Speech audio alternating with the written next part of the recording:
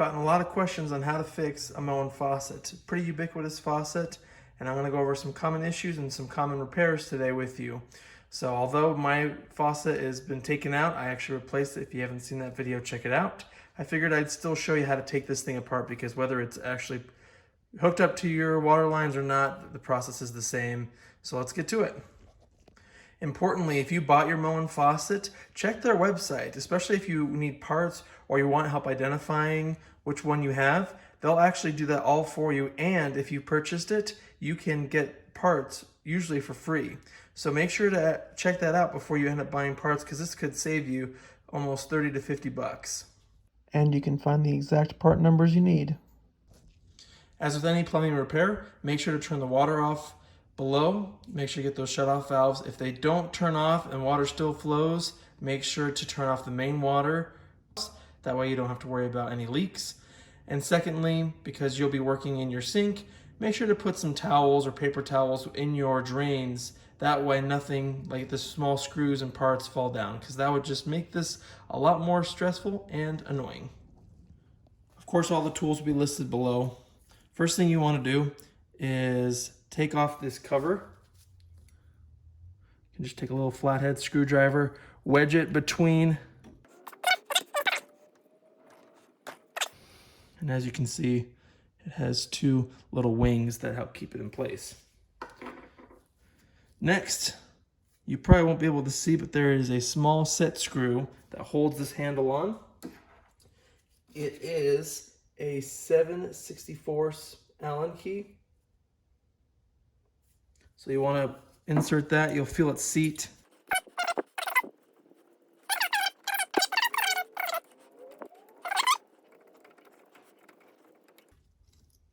And that's what the set screw looks like. So as you, pretty long, just pull straight up, and now you have your handle off.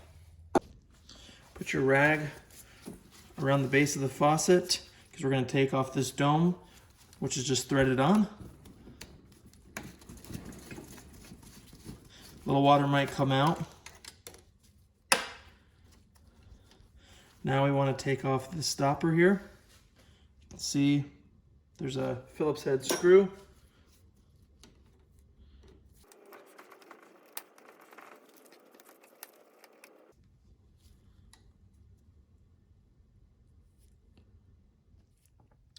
Now let's remove the cartridge nut.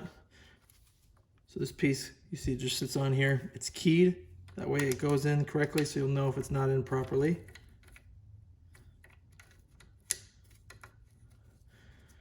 Now we need to spin off the cartridge nut. I would recommend using something flat-jawed, like either flat-jawed channel locks or a crescent wrench or adjustable wrench. And you can see you have these two flat spots here.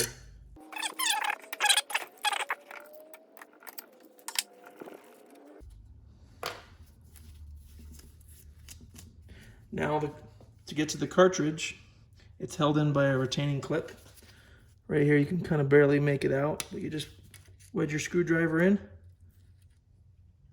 And that's it. Now, time to get that guy out. Here you'll want some pliers. You just want to grab it and pull.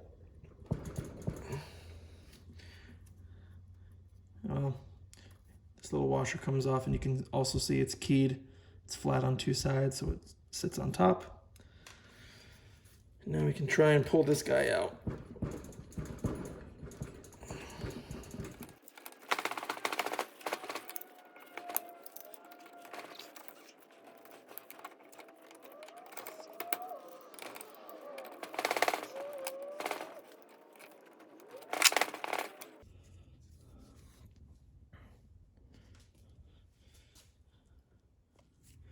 Now to remove the actual spout, just pull up. Okay.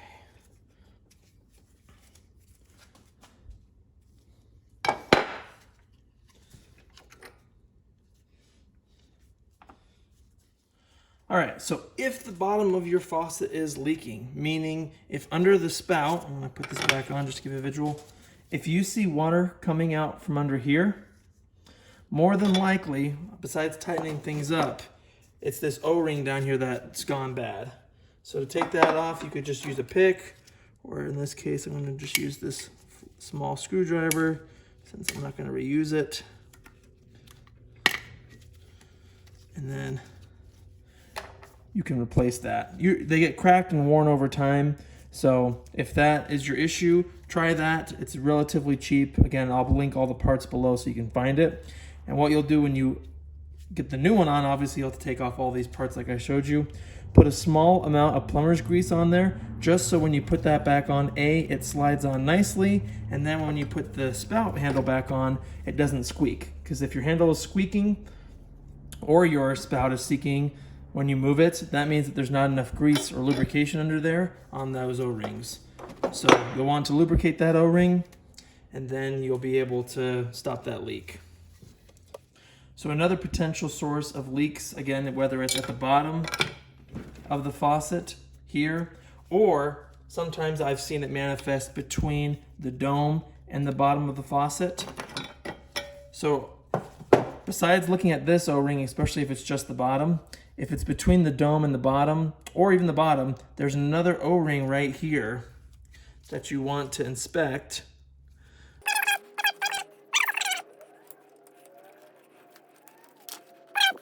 And even if they're squeaking, this is another thing to lubricate. Even if it's still good, you might want to lubricate your O-rings if it's sounding a bit squeaky whenever you're using the faucet and moving the handle around.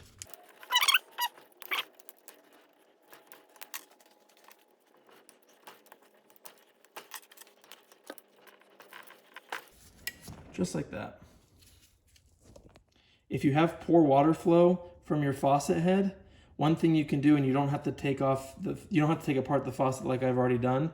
You can actually just do this with the faucet in place. There's this small part underneath called the aerator. And what you'll want to do is put a rag around it and then take your pliers. That way you don't mar up the surface.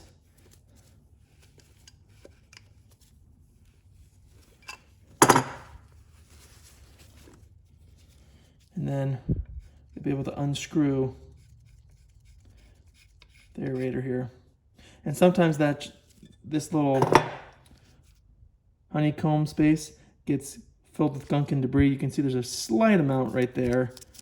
This thing can get gummed up really easily, especially if you have untreated or unfiltered water. So try that first, and then all you have to do is screw it on. Once you clean that out, and you should get good water flow.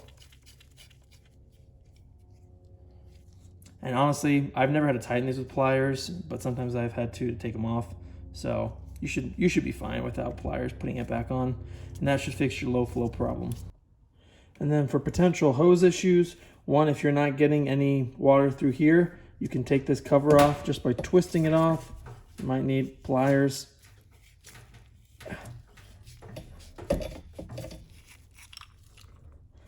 Make sure that that's not gummed up. You can leave this in some vinegar or CLR to clean it up. Also, if you're getting leaking between this end and the housing, there's a little O-ring right there that you can replace. So you can do that. If you're getting leaks here, or the whole spray head is not good, you can actually replace it just simply by taking the bottom end off.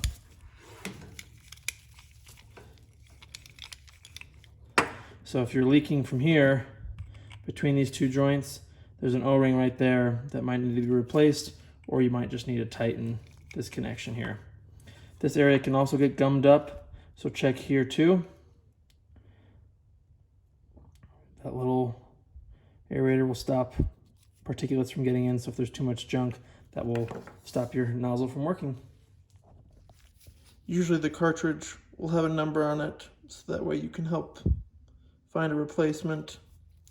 As always, make sure to lubricate the O-rings, just so when you ever need to take it apart again, it actually comes out easily. And when you're using it, it also moves freely. If you have difficulty getting a certain temperature, or if the faucet leaks when it's off, you may have a bad cartridge. And then you also want to check inside here.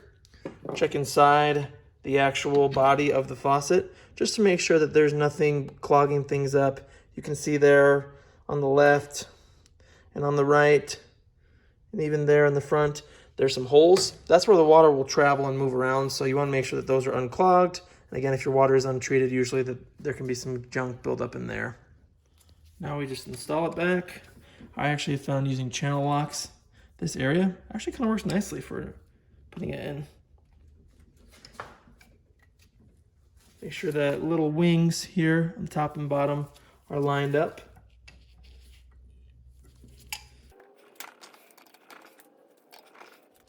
Now put on this piece. Again, you'll notice 2 O-rings, lubricate those, otherwise you will get a squeak.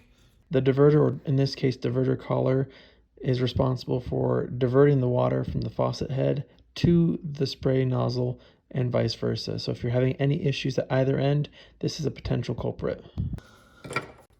The end here,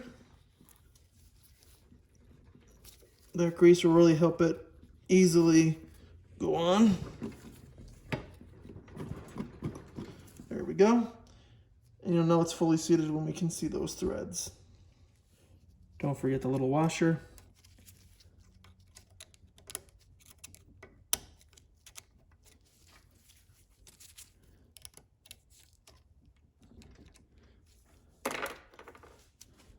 Install the retaining clip.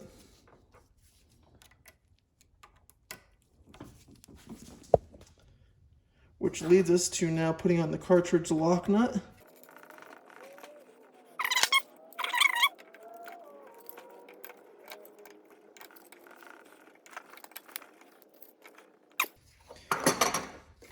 You might want to, again, if you have leaks, you might want to tighten this nut because this helps compress everything down together.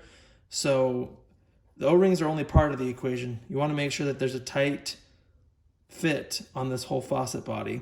So if you have a leak, you can also try just tightening this nut, especially if it's loose and you can turn it by your hand. We'll put on that keyed portion. Now let's put the little handle mount on. You can see the bottom here is keyed, so make sure you put it in as such. And then this white piece acts as a stop. That way you can only go so far with the handle. You see it stops there, and it stops there. Won't let us go any further. Now we can put that screw in.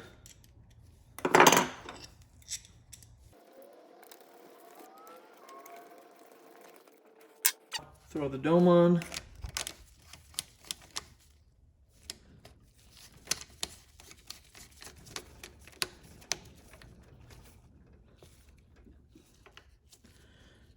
And lastly, put the handle back on.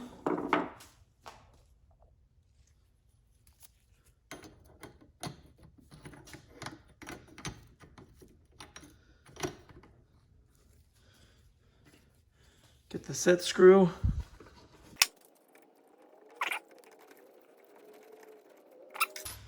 And then here's where I'd, turn on the water and test it. Make sure whatever problem you were looking to fix is now good to go. And then if so, go ahead and put your little cap on. Make sure you have hot on the left and blue on the right, unless you have your switched for some reason. So there you go, a complete teardown of this Moen kitchen faucet. Questions or comments, please put them below. Obviously, I can't go through every single repair and issue with this faucet, so if you have success or experience, please put it below, as that can help others out. I'll try and list all the products as well as tools I use below. Thanks for watching, subscribe, and I'll see you in the next video.